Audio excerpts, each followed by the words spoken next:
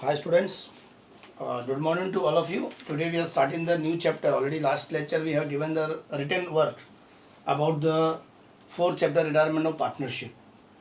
As per this new syllabus and in this academic year, the board has given a 10-mark question of retirement of partnership or admission of partnership.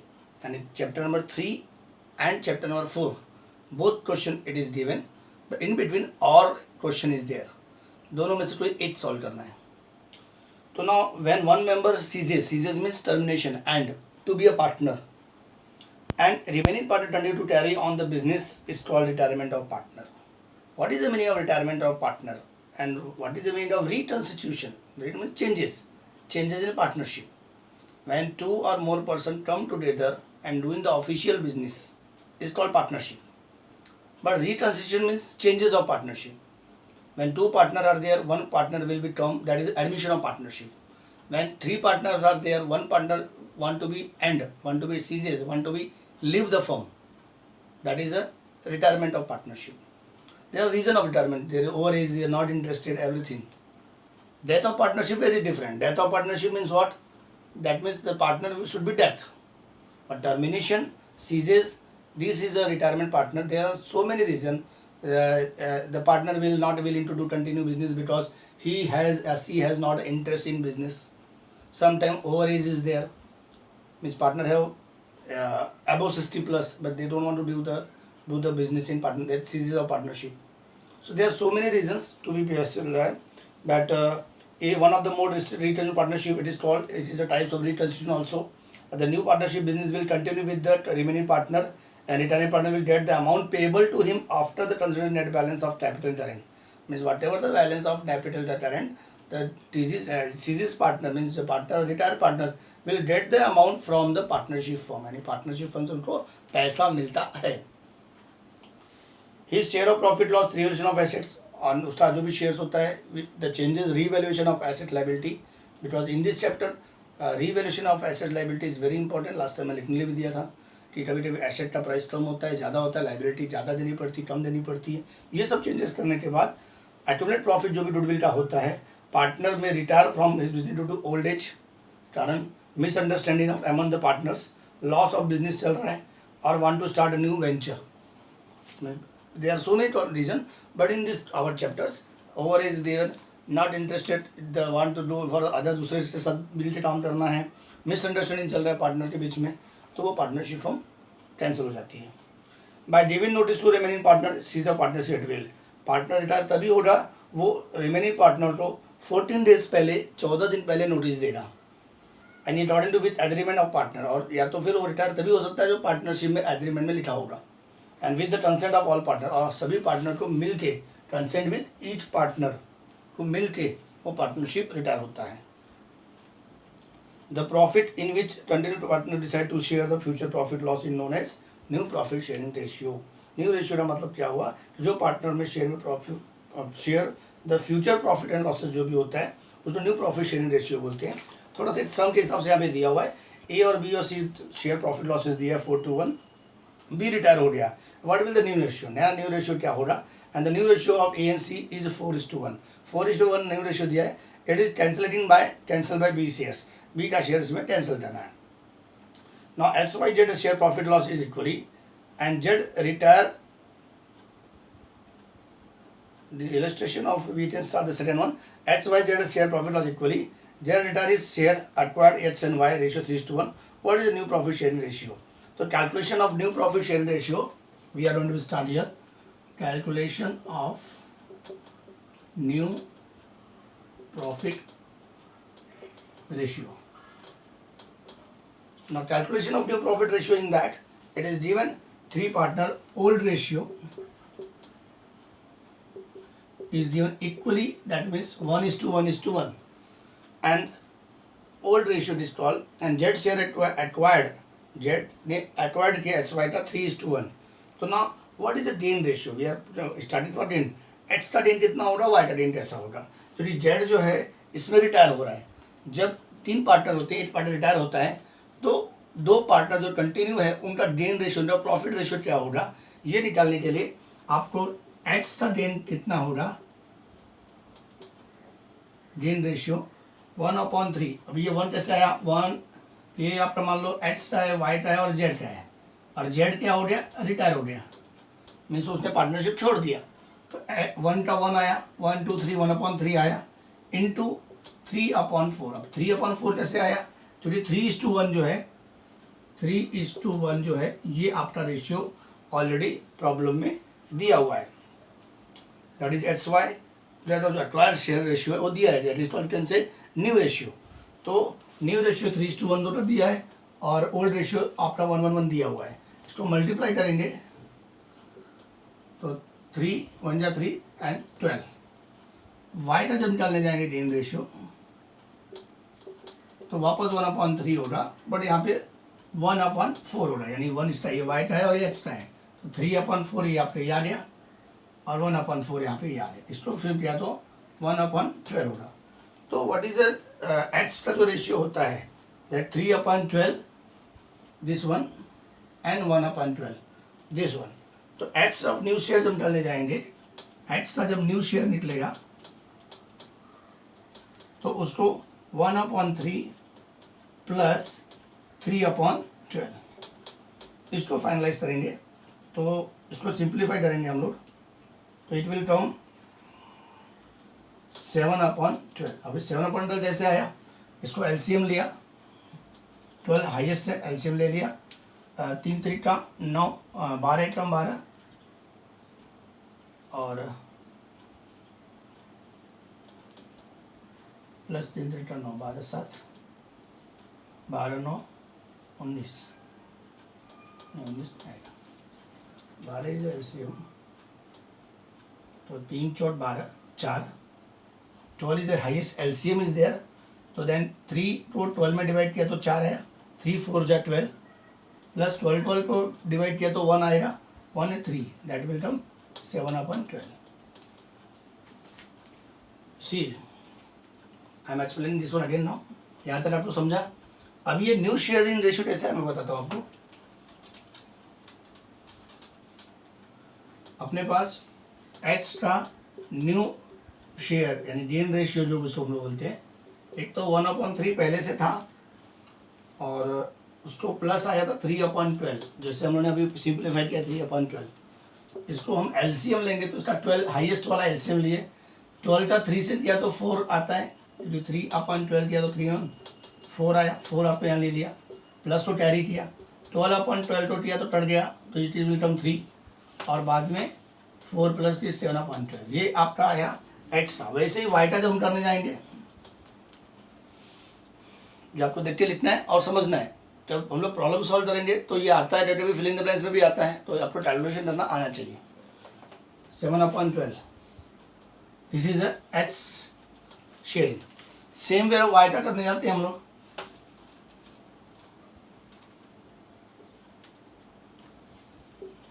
तो y में कितना दिया है 1/3, same plus 1/12 था, same 12 LCM हो जाएगा, ये 4 आ जाएगा, ये 1 आ जाएगा, एंड 5/12 ये y का आ गया। तो जब न्यू प्रॉफिट शेयरिंग रेशियो की बात आती है तो x का कितना आया था, x का आया था 7/12 और y का कितना आया था 5/12, तो ये 7:5 is a new profit sharing ratio.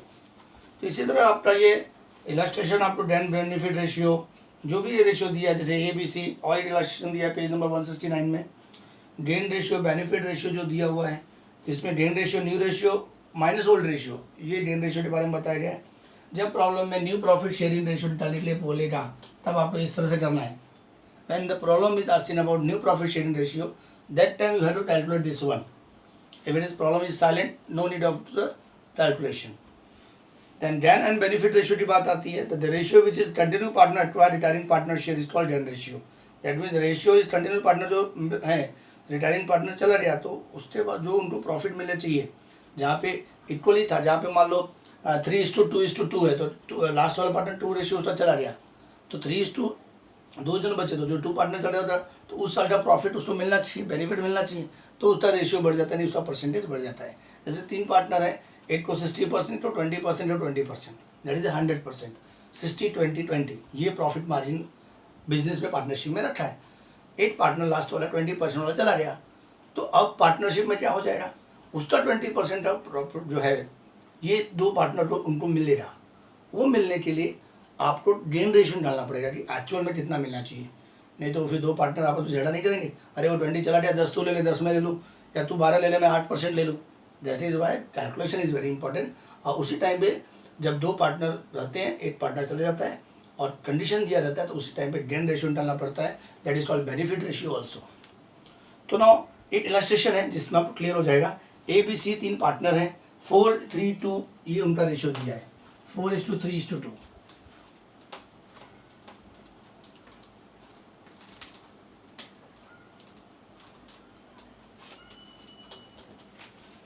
A B C 4:3:2 ये रेशियो दिया है, that is 4:3:2 and A C is the future profit equally and calculate the gain ratio. अब इक्वली रेशियो बोला है किसका, ए एंड सी का, और बी रिटायर हो गया है, मीन्स उनका जो ओल्ड रेशियो है वो 1:1:1 था ओल्ड रेशियो। अब गेन रेशियो का फार्मूला क्या है, what is the formula of gain ratio, is a new ratio minus old ratio। अब न्यू रेशियो जो है आपका 1/2 है, क्योंकि आपका किसका जनरेशन डाल रहे हो, 8 डाल रहे हो, और उसमें रिटायर कौन हुआ है, बी इज रिटायर, ये रिटायरिंग पार्टनर, ये मैंने यहाँ पे आर लिख दिया। तो ए का जब जनरेशन लेगा तो अभी 1:1 था, तो 1/3 बी रिटायर हो गया ना, बी रिटायर हो गया तो बचा कितना 1/1, तो 1/2 1/2 ये ए का हो जाएगा और ये सी का हो जाएगा। तो ये वाला चीज़ आपने यहाँ पे ले लिया, और माइनस ओल्ड रेशियो में 4:3:2 है, तो उसमें तो आपका जो भी रेशियो दिया है 4:3 + 7 and 2, तो 4/9 हो जाएगा। जब इसको हम लोग सिंप्लीफाई करने जाते हैं,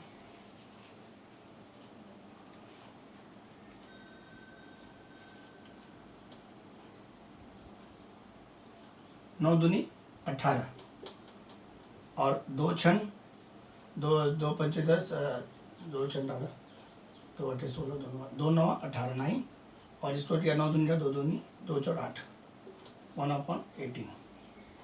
it's a simplify 1/18। How it is 9 2 18, LCM करते समय इसको हमने क्या किया, गुणा किया, हाईएस्ट मार्जिन लाया, इसका इसके साथ गुणा डिवाइड किया, तो 2/18 करते हैं हम लोग, तो 2 9 18 9 आएगा, ये 9 आपका इधर आ गया, और देन इसका जब हम जोड़ेंगे 9/18 तो 2 आएगा, ये 2 आपका इसके साथ में गुणा हो गया, 2 आंसर आया इंटू 4 कितना आ गया 8, फिर 8 8 यहाँ पे आ गया, इसमें से माइनस क्या ये आया, that is this is 180। This is calculation part and you have to go through. ये सब मैथ्स का कैलकुलेशन है, इजी है, जो पहले आपने पढ़ा है वैसे ही आपको करना है। बार बार यूट्यूब देखो, मैंने जो बताया, डिवाइड किया 2 आया, 2 4 से गुना किया, 2 4 8, 2 4 से 8, इसको डिवाइड किया 2/18, 9 आया, 9 को 1 से किया तो 9 ही आएगा, इसमें से माइनस किया 1 आया, 18 को 8 ले लिया, तो ये ए का गेन रेशियो आया। ऐसे बी का रेशियो निकालना है अपने को।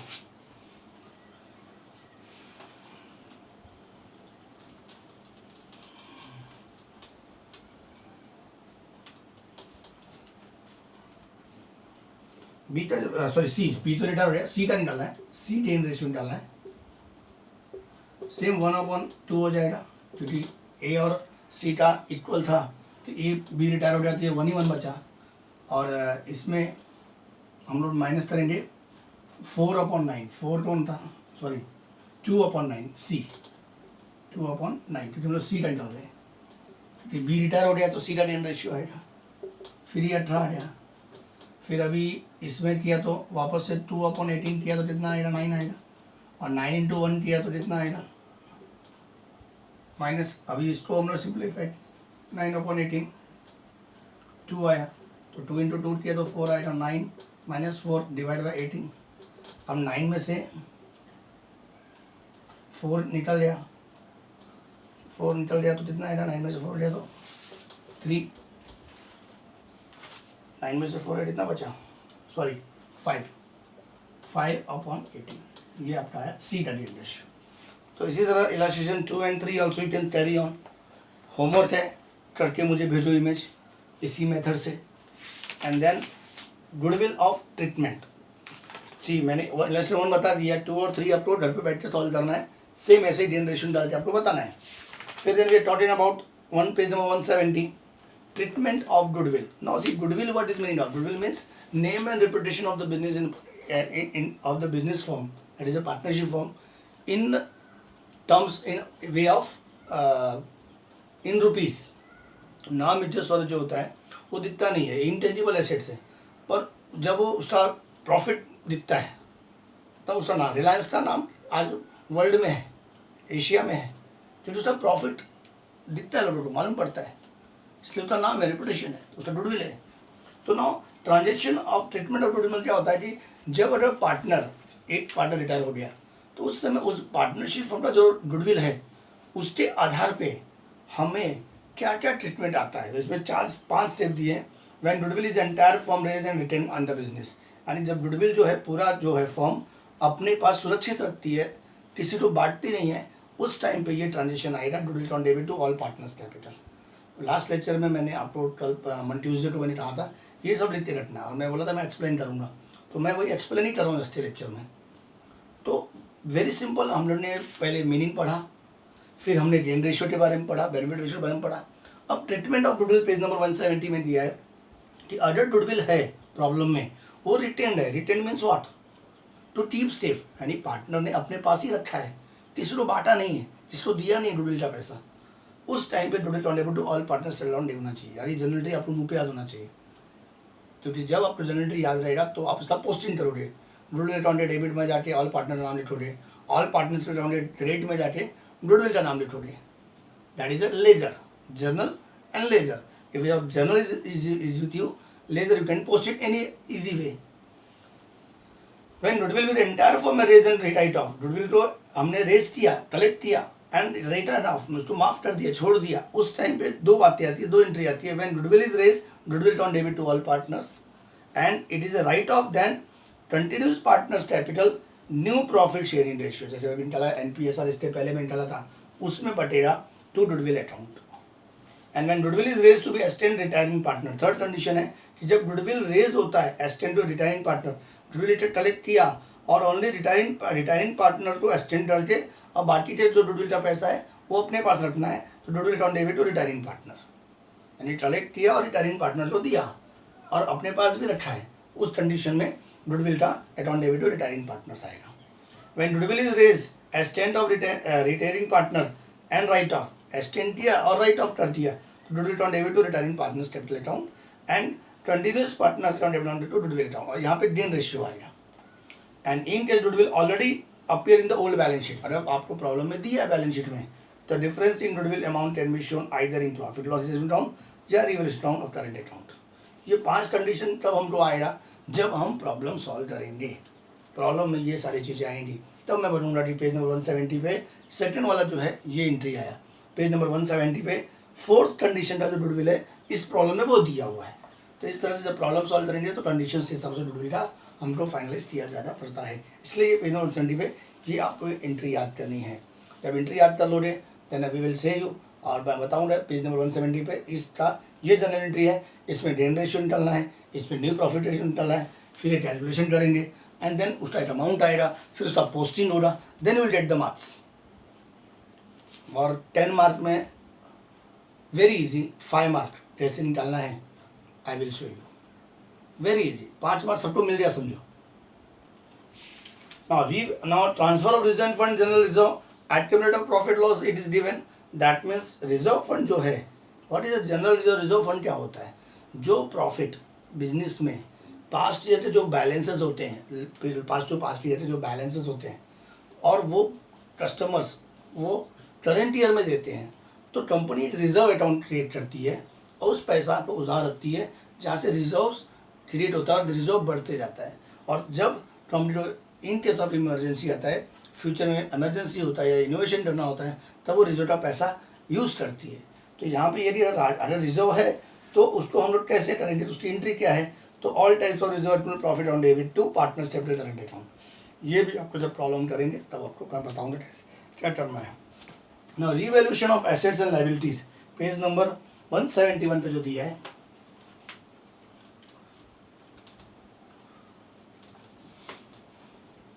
पेज नंबर 171 पे जो दिया revaluation of assets and reassessment of liability, इसका एक ही फंडा है कि अगर रीवैल्यूएशन दिया है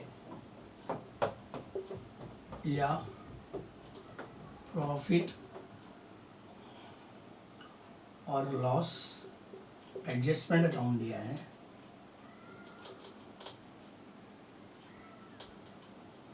तो एसेट डिक्रीज लायबिलिटी इंक्रीज, ये डेबिट में हो जाएगा, किसके, रीवैल्यूएशन अकाउंट या profit loss adjustment account debit में हो जाएगा।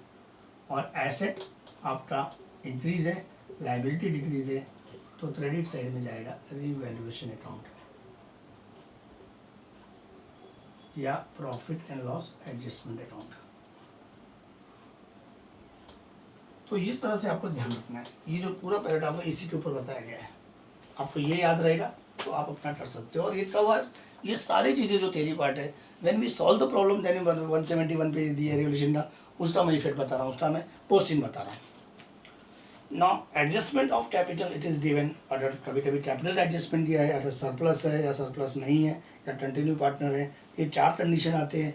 ये सब कंडीशन जो भी 4 दिया है आपके पेज 171 पे मैंने लिख रहा था, ये तभी होगा जब हम लोग प्रॉब्लम के एडजस्टमेंट को रीड करेंगे। उसको रीड करने के बाद फिर आपको दिमाग लगाना है कि ये 4 कंडीशन में कौन सा कंडीशन है, फिर उसकी जनरल एंट्री आएगी, जनरल एंट्री आने के बाद उसकी पोस्टिंग आएगी, जिसको लेजर पोस्टिंग करते हैं। एंड असर्टेन रिटायरिंग पार्टनर्स और प्रॉफिट एंड रिटायरमेंट, और प्रॉफिट है बिजनेस में और रिटायरमेंट पार्टनर को देना पड़ता है, तो उसमें ये 2 कंडीशन यहाँ पे दी है पेज 171 पे।